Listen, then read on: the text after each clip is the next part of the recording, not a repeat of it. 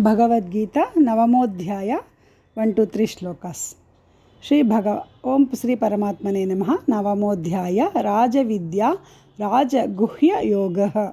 श्री भगवानुवाच इदं तु ते गुह्यतमं प्रवक्ष्याम्यनसूयवे मागयावत्तु ज्ञानं विज्ञानसहितं यज्ञात्वा मोक्ष्यसे शुभात्। इदं तु ते गुह्यतमं प्रवक्ष्याम्यनसूयवे ज्ञानं विज्ञानसहितं यज्ञात्वा मोक्ष्यसे शुभात्। राजविद्या राजगुह्यं पवित्रमिदमुत्तमं प्रत्यक्षावगमं धर्म्यं सुसुखं कर्तुमव्ययम्। राजविद्या राजगुह्यं पवित्रमिदमुत्तमं प्रत्यक्षावगमं धर्म्यं सुसुखं कर्तुमव्ययम्। अश्रद्धादानाः पुरुषा धर्मस्यास्य परन्तप अप्राप्य मां निवर्तन्ते मृत्यु संसारवर्त्मनि। अश्रद्धादानाः पुरुषा धर्मस्यास्य परन्तप अप्राप्य मां निवर्तन्ते मृत्यु संसारवर्त्मनि।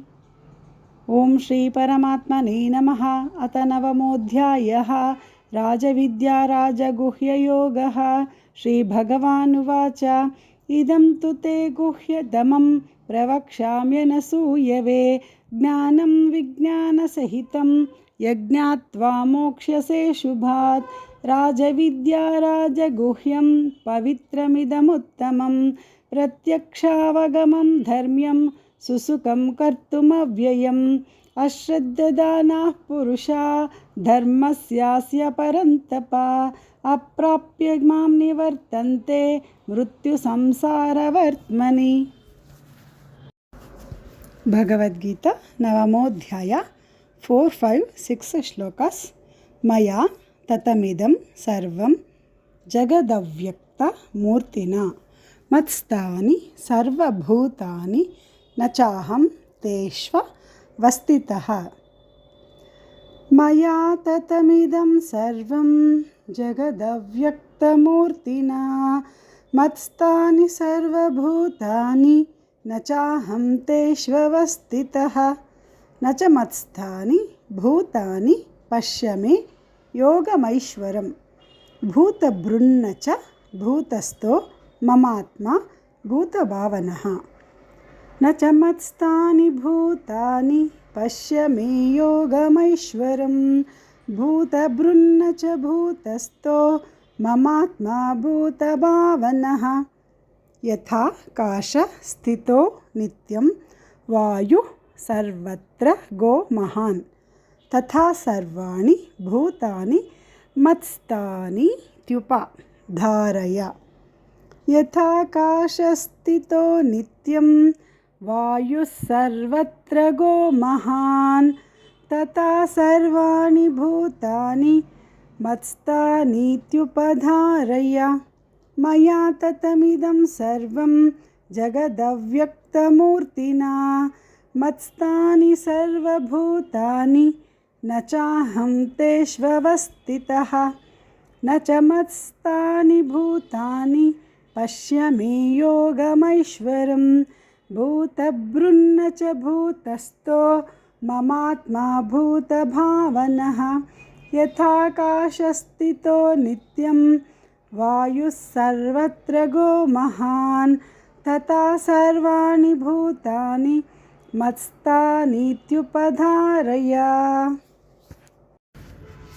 भगवद्गीता नवमोऽध्याय 8, 9, 10 श्लोकास्। सर्वभूतानि कौन्तेय प्रकृतिं यान्ति मामिकां कल्पक्षये पुनस्तानि कल्पादौ विसृजाम्यहम्। सर्वभूतानि कौन्तेय प्रकृतिं यान्ति मामिकां कल्पक्षये पुनस्तानि कल्पादौ विसृजाम्यहम्। प्रकृतिं स्वाममष्टभ्य विसृजामि पुनः पुनः। भूतग्राममिमं कृत्स्नम् अवशं प्रकृतेर्वशात्। प्रकृतिं स्वामवष्टभ्य विसृजामि पुनः पुनः भूतग्राममिमं कृत्स्नम् अवशं प्रकृतेर्वशात् न च मां तानि कर्माणि निबध्नन्ति धनञ्जय उदासीन वदासीनम् असक्तं तेषु कर्मसु न च मां तानि कर्माणि निबध्नन्ति धनञ्जय उदासीनवदासीनम् असक्तं तेषु कर्मसु सर्वभूतानि कौन्तेय प्रकृतिं यान्ति मामिकां कल्पक्षये पुनस्तानि कल्पादौ विसृजाम्यहं प्रकृतिं स्वामवष्टभ्य विसृजामि पुनः पुनः भूतग्राममिमं कृत्स्नम् अवशं प्रकृतेर्वशात् न च मां तानि कर्माणि निबध्नन्ति धनञ्जय उदासीनवदासीनम् असक्तं तेषु कर्मसु।